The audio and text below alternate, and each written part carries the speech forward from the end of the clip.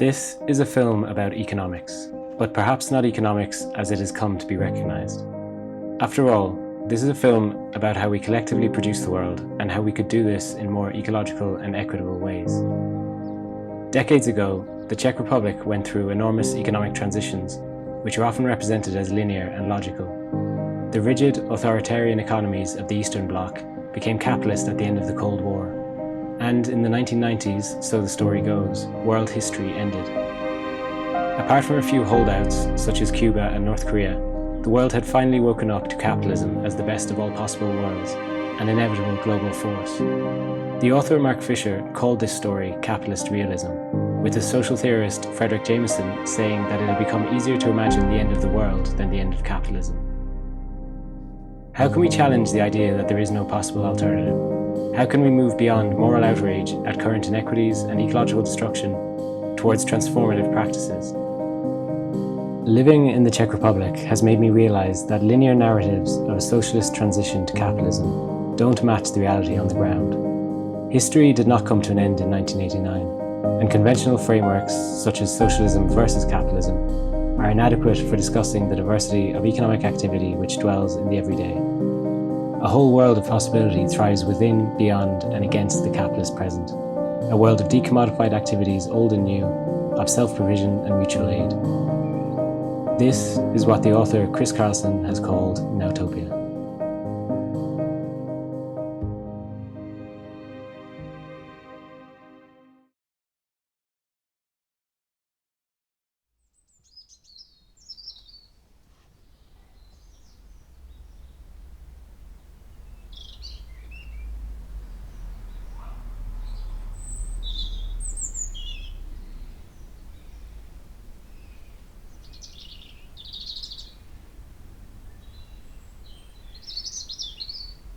When the revolution in '89 happened, it was a very emotional thing for many of us. It was like being born again in a way. It was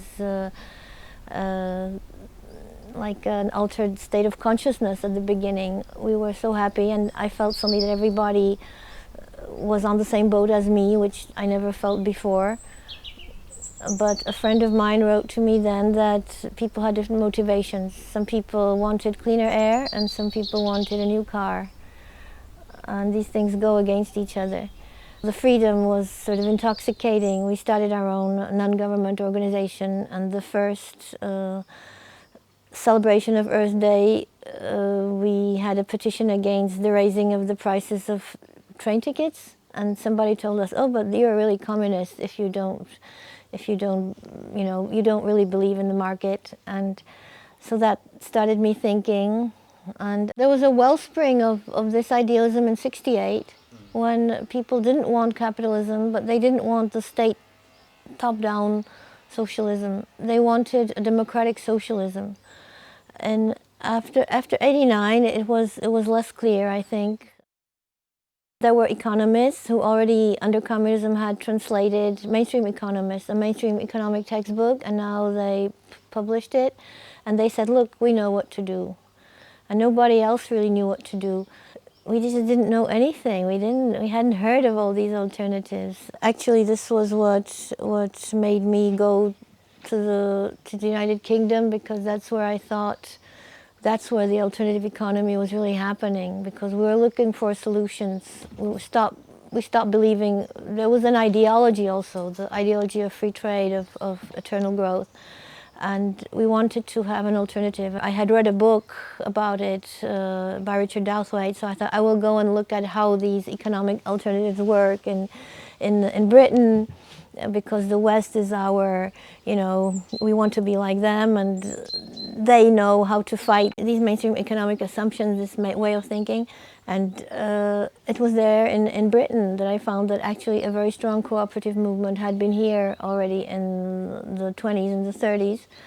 So it was like a case of there and back again. You go somewhere only to find out that the treasure you're seeking is actually in your own home.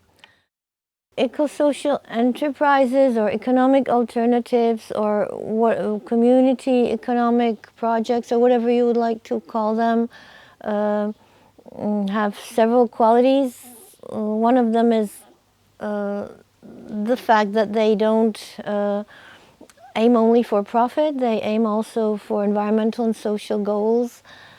Another factor is that they're often more localized, they are more rooted in a place, they are more using local resources, more interested in helping the area where they live. They are sort of more connected with the people who live there and with the nature. Also, not only do they not aim for profit, but they usually use the profit partly for other things than just the profit of their own members. So they tend to maybe use the profit again for the good of the community.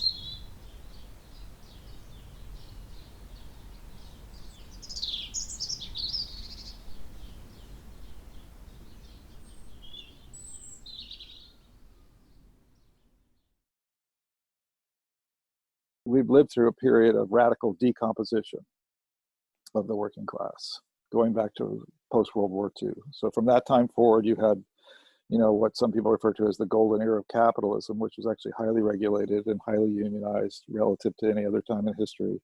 Gave us the weekend, gave us the 8-hour day, had health care associated with labor here in the United States, et cetera.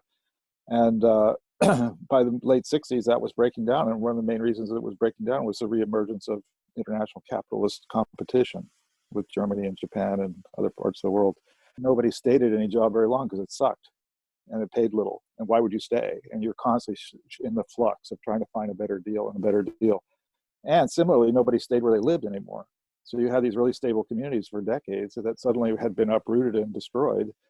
And people got up and left and went to new places, and their kids left, and everybody moved around. And so suddenly we're extremely atomized in a way that we never were before. For the most part, you're in your little tiny, atomized world. And that atomization has made it very difficult to imagine a world based on solidarity and mutual aid, and it makes us hungry for it. So the Nowtopian instinct is the countervailing emotional drive that we all have to create a world in which we engage in what I think of our fundamental human qualities of cooperation and solidarity. Like, we want to take care of each other. We want to be in it together. We want to pull our own weight and be in a world in which we're taken care of when we need help, and where we take care of people when they need help. And that just seems like the obvious thing to do. But almost everything about the structure of modern life mitigates against that. And so the Nowtopian initiatives are about taking the little spaces outside of the edges of modern commercial life and creating decommercialized, decommodified spaces of human activity that then begin to flourish for periods of time. And people reconnect to the possibilities of how they can create their own worlds and their own lives, and that we can actually do much better than what the modern society tells us is the only way to do things. We can do things in ways that are, efficient, for sure, far more efficient than what capitalism does. We can actually start to repair the incredible damage that's been done to the planet. Nowtopia comes out of thinking about it for years. Like, if I really think it's possible to have a revolution somehow based on work as one of the crucial sort of fulcrums on which we shape our world and shape our lives, why is it so hard to imagine, from the old paradigms of the left, trade unionism wasn't going to lead to revolution. Marxism, Leninism wasn't going to do that. And the more I thought about it, I realized that all around me, there were many, many examples of people who were already taking their time and their technological know-how in their everyday lives out of the market, refusing to sell those things that they had, either their time or their technical skills, and were beginning to apply them to actual real issues that made their life better in the here and now. So for some people that meant community gardening. For other people it meant doing DIY bike shops and rehabilitating old broken bikes that were part of the waste stream of modern capitalism. And so all those kinds of initiatives that I was noticing, I realized, well, that's the basis for revolution. It's actually people taking their time and technical skills and starting to make the world they want to live in, not waiting around for some party program or electoral victory that finally uses the state to somehow slowly move in the direction. No, just get on with making the world you want to live in today. And it actually, to some extent, can be achieved in very small ways. But hopefully, politically, it's part of what I was arguing was the recomposition of the working class. Commentators have long predicted that a disastrous event could disrupt the globalized way of life that has been developed under capitalism as we know it. In 2020, the coronavirus crisis provoked an enormous rupture in business as usual. raising widespread questioning of the ability of current systems to meet needs in equitable and sustainable ways. The pandemic should have a profoundly delegitimizing effect on existing structures of power and control. And I hope that it will. But delegitimizing is one thing, creating something better instead is quite another. People's imaginations have been pretty solidly colonized by the limits of capitalism, by what they think can't be done beyond. And I would hope that this was an opportunity to think way beyond that, and people could actually begin to imagine a world in which we all do slow down and smell the roses, and we all do take time out for each other, as we have been during this time. It seemed like the shell of the shell falling off. It felt like the shell of the Homo economicus, the human who is only exchanging goods, bartering or selling them, sort of fell off, and the real human beings sort of emerged because they felt threatened in some way. They felt they need to help. They felt there is an emergency. And it was women actually who made most of these masks at home. So it also showed the importance of this feminine principle, really, of care, which is often underestimated in our society, underpaid or even invisible. And it showed also the ingenuity of many small enterprises which suddenly started producing things needed for the doctors. Another thing I think the corona crisis has shown, but which is not so evident, is that it is caused by our expansive civilization. It really has shown very clearly as the flip side of economic globalization, of the faith in free trade, of the very complicated ways we obtain our even basic things for our lives, going through very long chains of value, offshore, produced elsewhere. It's another crack in the story which has been told to us of progress. So I think now we will have stronger arguments for relocalization. One organisation that became involved in the production of masks and other solidarity activities was the Open Workshop at Industra. Industra je místo, sdílené místo. Je to kavárna, je to galerie, jsou tu divadla a tak je tu sdílená dílna, kde je šicí dílna, je tu velký laser, a soustruh a elektrická dílna a jiné super věci, které můžou lidi normálně přijít a využívat a scházet se tu a vytvářet takovou jako komunitu. Vždycky, když ve čtvrtky tady je otevřená laboratoř od 6 zhruba do 9, může kdokoliv přijít a využívat lab a já jsem zodpovědná za šicí dílnu. Takže když by někdo přišel, že si chce něco opravit, ušít, tak mu vysvětlím, jak pracovat s našimi stroji a může pracovat. Byl úplný blázinec. Nebyly žádný masky nebo žádné roušky, nebyly žádné štíty, žádné ochranné pomůcky pro doktory. A jelikož tady tohle místo je dostatečně velký, kavárna musela být zavřená a vlastně i nikdo nemohl do toho labu jít z těch členů, aby ho mohl využívat tak jako normálně, tak se rozhodlo, že se v Industře bude pomáhat. Takže se tady ušilo 100 000 roušek, potom se z prádelny sem znovu vozili, třídili a distribuovali se do různých zařízení, jak jsou nemocnice, domovy důchodců a podobně. Taky se tu vyráběly dezinfekce a takové ty plastové štíty, s tím, že tady se ukázala krásně ta spolupráce té komunity, protože my tady máme samozřejmě nějaký 3D tiskárny, vlastně ta firma Průša vymysleli ten design toho štítu a všichni, co měli jejich tiskárny, mohli ty komponenty tisknout a pak je sem nosili a tady se to všechno kompletovalo a potom zase distribuovalo. Každý den sem přicházeli nějací dobrovolníci a pracovali, buď přišli po práci, nebo třeba byli to studenti, kteří neměli žádnou školu, neměli žádnou práci, tak byli rádi, že můžou pomoct. Takže to bylo super a určitě to stmelilo tu komunitu. Velice blízce jsme spolupracovali s herci z divadla Husa na provázku. Takže tam byla jedna základna, kde se šilo, tady byla druhá. A potom, když už se nešilo v divadle, tak se to přesunulo sem a šily se i takové speciální masky, které se potom pak prodávaly. A taky se šily roušky, které se posílaly potom do Ameriky. To bylo v rámci nějakého projektu právě od herců z divadla. A oni tam psali různé vzkazy, jako máme vás rádi a fandíme vám, zvládnete to a podobně. A to se potom posílalo do Ameriky, takový jako dárek. Ale potom samozřejmě třeba i ty zakladače na ty šikmý proužky, na roušky, tak to byla nějaká základní verze, která trvala strašně dlouho, takže se to postupně optimalizovalo na různé tiskárny, na to, aby to trvalo co nejméně času a co nejméně materiálu, ale vlastně to plnilo účel, takže za běhu se to ještě dovyvíjelo, všechny tady tyhle věci. Já si myslím, že tohle ukazuje hodně dobře na Čechy, jaký jsme kutilové a vždycky jsme byli, že něco není nebo není nedostatek, tak si doma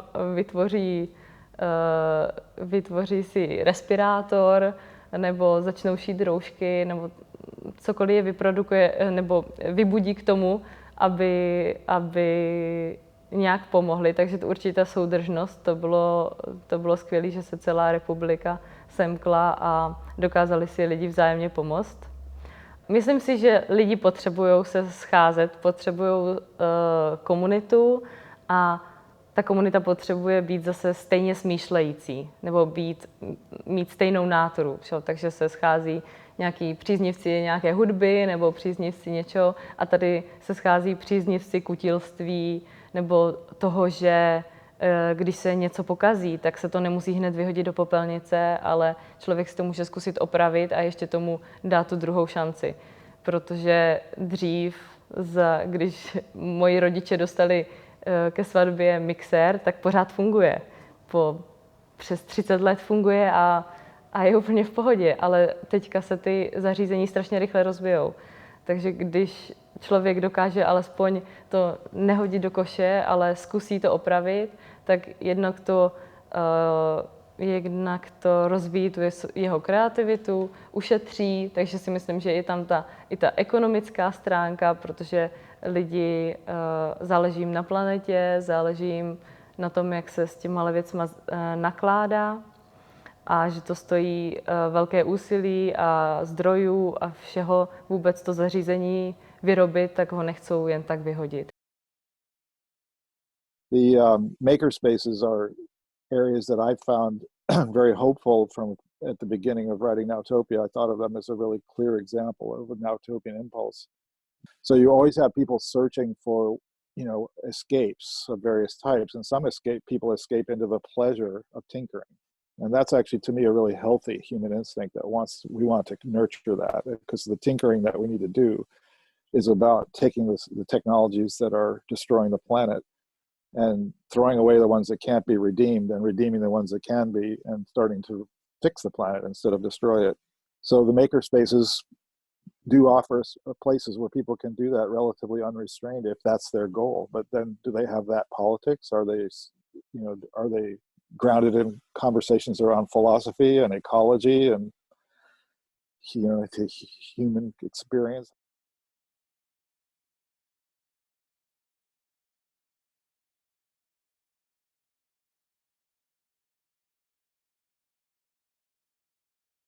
No, možná mě napadlo, že By Kitchen neznamená, že jsou tu nezbytně všichni jako aktivisti.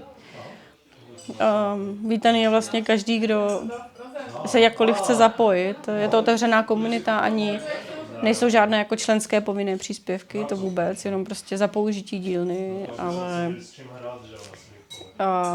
a každý se zapojuje jinak. Někdo rád vaří, někdo rád opravuje. Já jsem třeba mechanik, A mně se třeba líbí, že tu nejsme rozdělení jako jako standardně na mužské a ženské role, že se snažíme stírat ty rozdíly a jako podporovat lidi v tom, že můžou dělat úplně cokoliv, bez ohledu na to, jak se narodili a jsou tady vítáni vlastně všichni. Když přijdou úplně noví lidi, tak se jich nejdřív zeptáme, jestli už tu byli, a když ne, tak jim vysvětlíme, jak ta dílna funguje, že je otevřená, můžou si půjčovat všechno nářadí. Vždycky je tady někdo, kdo s kolama umí, ale sami se taky učíme. Není to tak, že bych věděla úplně všechno, ale učíme se navzájem, učíme se tím procesem a pomáháme si navzájem. Může si to kolo teda opravit, jako podporujeme, aby používali lidi ty recyklované části, které máme třeba jako zbytky kol, které nám lidi darují. Můžou se tady i najíst, protože v úterý děláme jídlo, protože jsme tady celé odpoledne a občas máme jako i hlad. Víceméně se snažíme, aby ten prostor byl i trochu víc jako komunitní a dělat i jiný program, jako třeba teď máme rozběhnutou cyklouniverzitu, která je pro ženy jenom. Je to víceméně jak se starat o své kolo a má to v sobě i témata emancipace a empowermentu jako pro ty slabší, nejenom ženy, aby prostě věděli, že se může kdokoliv přijít a je vítán a vždycky mu někdo pomůže, nikdo se na ní nedívá jako z vrchu, nikdo jako se nepovyšuje, že on to ví a druhý to neví a podobně.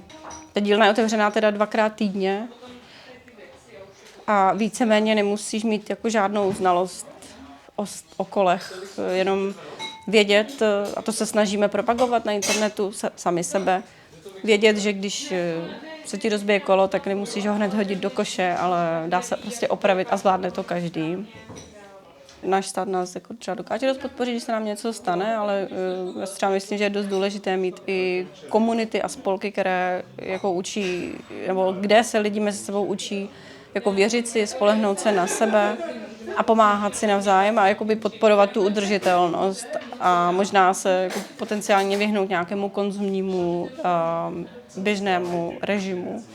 A myslím si, že je důležité takovéhle komunity jako zakládat, protože člověk má pocit, že najednou dělá strašně moc, i když to nemá jako globální dosah, tak velice jako lokálně může sám sebe vlastně třeba sociálně jako uspokojit a zároveň i ty lidi okolo. Dá se jako dobře i podpořit ty, kteří jsou ty slabší prostě ve společnosti a být tím otevření, být jako svým způsobem nízkoprahový. My jsme dost otevření spolupráci se spolky nebo jako iniciativami, které mají prostě podobnou vizi, podobný záběr.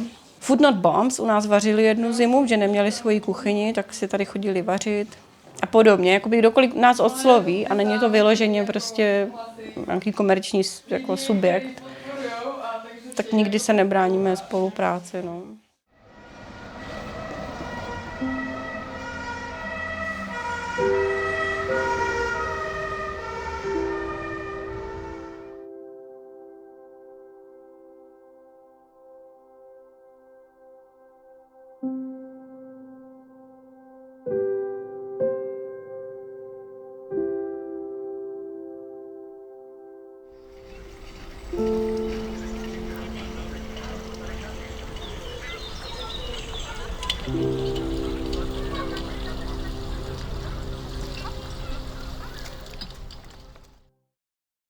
Já se jmenuji Markéta a v nadaci partnerství pracuji už vlastně od roku 2013. Jsme rozděleni do různých týmů, tak já pracuji v tom týmu Otevřená zahrada, kde je nás 6-7.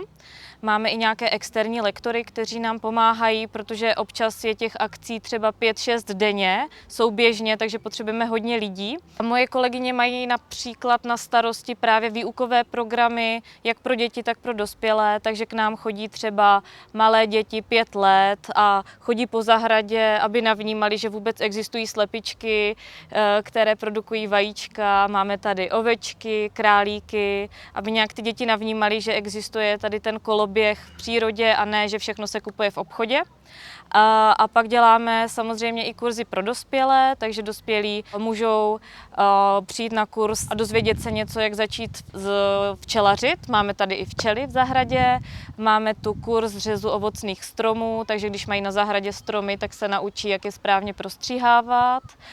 Některé ze záhonků jsou přímo naší nadace, takže když vypěstujeme třeba mrkev, jahody, tak zahradníci to dá do naší společné kuchyňky a zaměstnanci si můžou ráno dát jahody do kaše a plus myslím, že zhruba 20 záhonků pronajímáme pro veřejnost, takže lidi z paneláku si můžou pronajmout políčko a pak si ho sem chodí zalívat, okopávat. Občas se stane, že jim to někdo z ulice třeba sklidí úrodu, takže za námi pak přijdou, že na zahrádce nic nemají, tak to jim pak dáme třeba med zase od našich včelíček, protože je to tady dostupné, tak je to takové komunitní se vším všudy. Tady jsme na pozemku boromejských sester, tam byl klášter, hospic a ty zahrady vlastně sloužily pro zásobování té jejich kuchyně. Měli tady kozy, prasata, prostě slepice, všechno, zeleninu pěstovali. Ale kromě té produkční funkce tady byly takové romantické prvky, jako vidíme tamhle tu grotu. A vidíme to i vlastně z ostatních měšťanských zahrad, že tady byly i nějaké zahradní domky a další věci. Takže oni to byli asi jako trošku bohatší měšťané, takže ty zahrady nebyly takové produkční jako dnešní zahrádky všude kolem. A právě na konci války ten klášter byl vybombardován a v 50.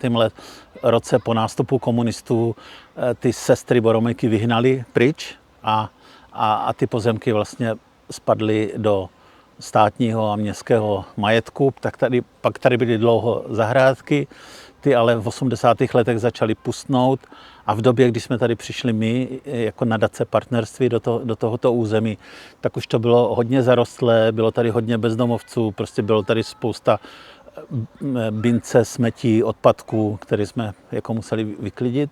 Samozřejmě mezi válkama měl každý příbuzného na vesnici. Jo. Každý měl svoji rodinu, jo. Rodiče nebo minimálně jako prarodiče, ty žili na vesnici, takže ta městská populace nepotřebovala tolik si vlastně vyrábět vlastní produkci. Jako nebylo to tak rozšířený.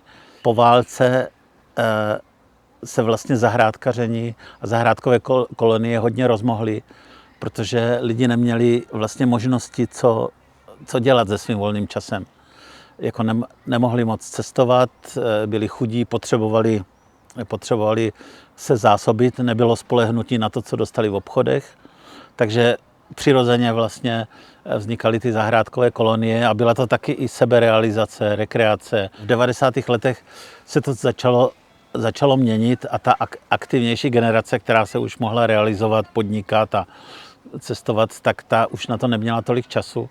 Ale pořád to vidíme, že to jako dožívá u té starší generace, že je to silné a zároveň se objevuje ten trend u té generace mladší. Zkoušeli jsme pozbuzovat vlastně soukromý přístup k ochraně přírody, aby lidi nespoléhali na ten stát, na vládu, ale aby to dělali sami jako s vlastníkama. A takových konceptů jsme dělali jako mnohem víc, jako Project for Public Spaces, zapojování lidí do plánování veřejných prostranství, Greenways, Prague Vienna Greenway a další, které vedly prostě k podpoře šetrného turismu, sustainable tourism, vinařské stezky. Dneska je tady krásná akce Víno zblízka, která představuje lokální vinaře z moravských vesnic, které tady prostě přicházejí. Dneska tady budou z Šatova na Znojemsku, na rakouských hranicích. 9 vinařů tady bude vlastně představovat svoji produkci. Lidi přicházejí, mohou mluvit s těma vinařem a chutnat jejich vína, seznamovat se s něma. Takže to spousta takových jako projektů, který všechno je to o sustainable development, sustainable economy, heritage protection, navazování na tradice, ale taky vlastně vize, jak vlastně moderní společnost může interpretovat to historické dědictví. To je i případ tady té boromejské zahrady, že vlastně ona i teď slouží tomu původnímu účelu jako před těmi 50 lety, ale už v novém kontextu.